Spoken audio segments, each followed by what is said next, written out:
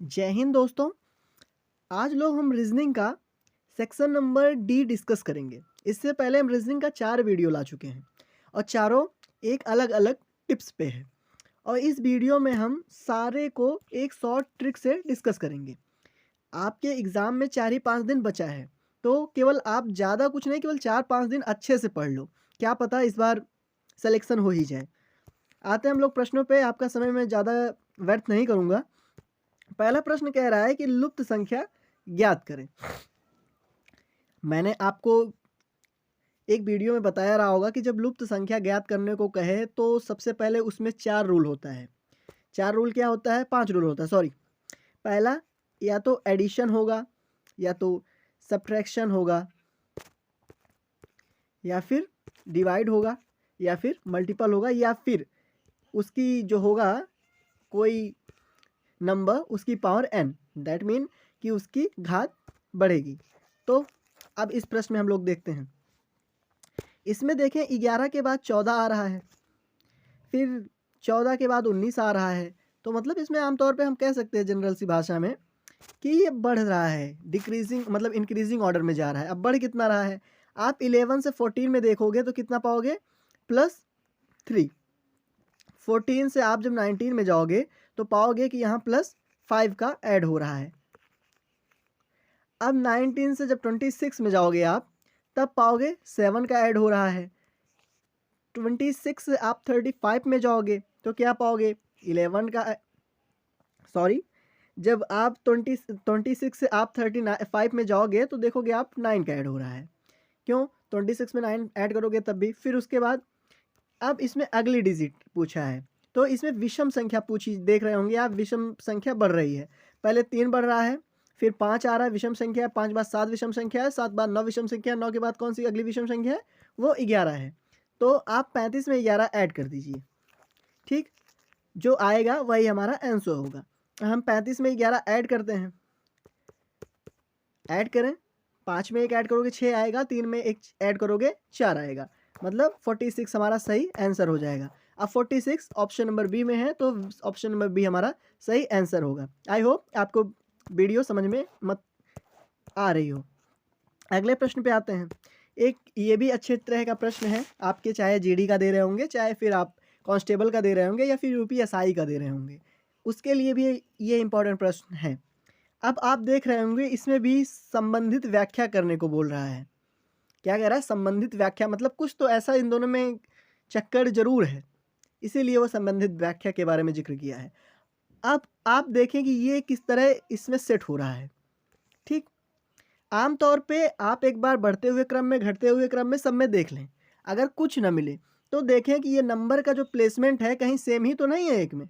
तो इसमें आप पाएंगे जो इधर का लेफ्ट में है वो राइट में आ जा रहा है, जो राइट में है वो लेफ्ट में चला जा रहा है। मतलब अगर 3 खंड है, 4 5 9, ठीक, और 9 5 4, तो आप देख रहे होंगे ये सेम है, मतलब मिडिल टर्म जो है वो सेम है, और ये इंटरसेक्ट हो रहा है, मतलब एक दूसरे के अपोजिट में है। इस तरह का रीजनिंग में generally question mental ability test में पूछते हैं, तो आप इसको ध्यान रखिएगा।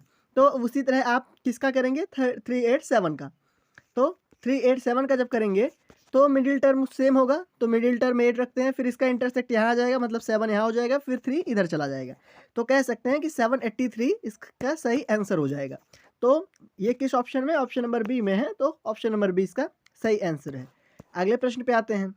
अगला प्रश्न कह रहा है कि नीचे दिए गए जो प्रश्न है उसमें संबंधित शब्द को चुनिए आप। मतलब अब जो नीचे शब्द आपको प्रदान किया गया है उसमें आपको संबंध मतलब दर्शाना है। तो जुड़ना है, तोड़ना है। जुड़ना और तोड़ना एक दूसरे के विपरीत है। आप अब भाई ग्रेजुएशन में होगे आप सब, या तो इंटर प्लस होगे तभी एग्ज़ाम देने जा रहे हो, तो आई होप इतना तो समझ में आएगा ही ना। तो ये विपरीत है। तो अब अगला जो दे रखा है वो विवाह है। विवाह का क्या होता है? किसी की शादी होती है तो किसी की शादी टूटती है। जो शादी को टूटती है उसको किस नाम से जाना जाता है? तो उसको तलाक के नाम से जाना जाता है। मतलब ऑप्शन नंबर सी इसका सही आंसर है।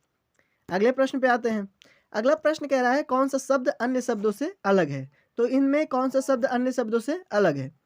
Pencil, paper, pen, crayon. Crayon एक कलर होता है, आप देखेंगे कि जो पेंसिल, पेन है और क्रेयॉन है, ये तीनों लिखने के लिए यूज़ होते हैं, लिखने के लिए या फिर ड्राइंग के लिए, लेख हेतु यूज़ करते हैं या फिर ड्रॉ करने के लिए। लेकिन जो पेपर है वो इन तीनों से अलग है, तो इसका ऑप्शन नंबर बी सही आंसर हो जाएगा।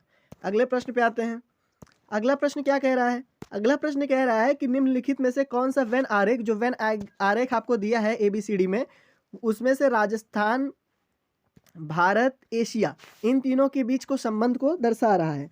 तो आप पाएंगे जो एशिया है ये एक महाद्वीप है, जो भारत है वो एशिया का एक देश है, और जो राजस्थान है ये भारत का एक राज्य है।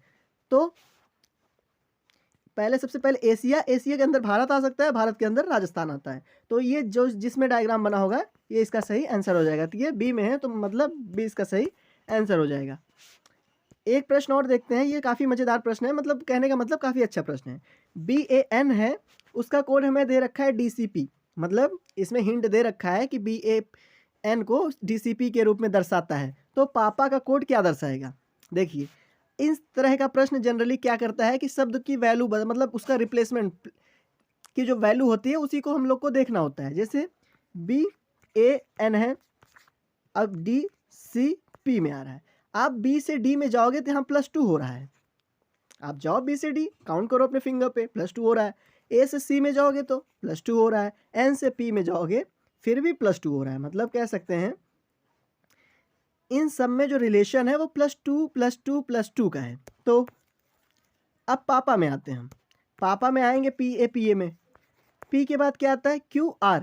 इसमें जब 2 प्लस करेंगे तो QR आ जाएगा, और A में अगर 2 प्लस करोगे C आ जाएगा, फिर P में 2 प्लस करोगे तो R आ जाएगा, फिर A में +2 करोगे C, मतलब RC इसका सही आंसर होगा। वो हमारा ऑप्शन नंबर डी में दे रखा है, तो ऑप्शन नंबर डी इसका सही आंसर होगा।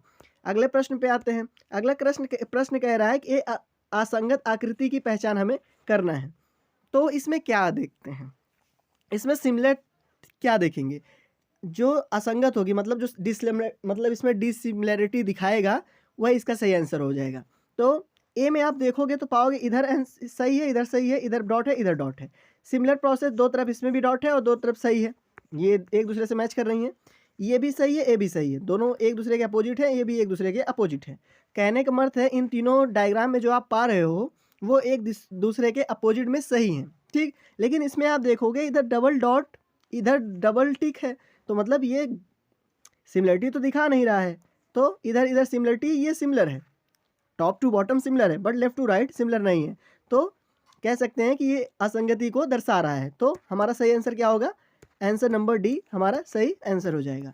अगले प्रश्न पे आते हैं।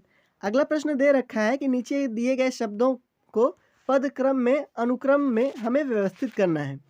मतलब इस तरह का प्रश्न आप अगर कांस्टेबल की परीक्षा देने जा रहे हो तो 100% श्योर है 2 से 3 प्रश्न ना पूछे जाए तो आप परीक्षा के बाद मुझे इस वीडियो में चाहे जो बोल लेना। लेकिन अगर पूछा जाए तो फिर बात दूसरी है, तो आप समझ जाइएगा कि हम लोग ठीक हैं।